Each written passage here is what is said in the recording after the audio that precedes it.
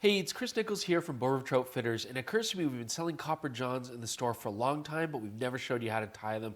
So I'm starting with an RX traditional nymph hook. This is a 2x hook to fit the bead. We've got our bead on there already, and I'm tying on the body with blaze orange. I'm going to make a hot spot here. I don't know if I'm ever going to tie a nymph without using orange thread from now on. We'll see. I really think it works on fish.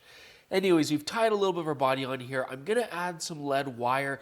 This does give a little bit more weight, but honestly, we don't need much because this is already a really heavy fly with the tungsten bead and the fact that it's tied with wire. It's really more to get a nice profile for the thorax. You can see we're already starting to build a taper up there.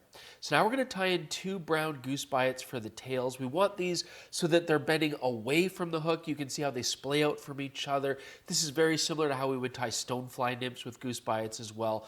I want them not to be too long, maybe a little bit shorter than the actual length of the hook. And I'm just tying those on there now to create that splayed effect. You can see how they separate from each other when you tie them one on each side of the hook. So now we're going to go to the end of our body, and now we're going to tie on our wire. And this is really what makes copper johns have their distinct look. This is a medium wire, which is thicker than I would normally use, but it gives it just this really chunky segmented body. So we're going to just wrap that up the body. You can see how it's already making that really thick thorax. Then we'll tie that off, helicopter that off, and we're ready for our next step. So now we're going to use peacock herl, and it's important when you look at peacock herl to notice that one side of it has longer feathers than the other side, and so you always want to tie that so that when you wrap it, the longer fibers are actually going up and out away from the hook. So I've got them tied so they're facing down, and then when I wrap them around the hook, they're actually going to splay out nicely. I'm also going to tie in my mylar tinsel. This is going to create the flashback that's going to basically be the shell back over the thorax, so I'm tying that in as well. And I want that to be the last step because the herl has to go underneath it. So now we're going to wrap up that herl. I do like to use 2 strands personally just to give it a little bit of extra thickness. And you can see how those fibers are really splaying away. So we're going to tie that off now, snip it off. Okay, it's time for some sparse legs. Now normally you'd use like a hen saddle feather. I'm going to use pheasant rump. It's going to work very similar. I've just snipped off the tip and I've pulled off the feather so I have just the legs that I want. And I've got a V pattern here. It's a nice olive color. I'm going to lay that down on either side of the shell back.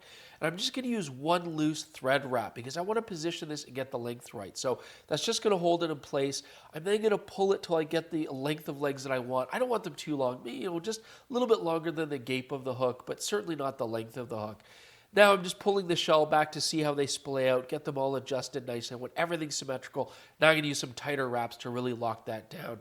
So now I can snip off the end of that feather. That's all good. I'm going to pull the shell back forward. Now, a lot of people do like to tie in something like a thin skin or a scud back to create sort of a bubble in a black color, but I don't find that necessary. I just like the peacock herl underneath that sort of shiny pearl tinsel.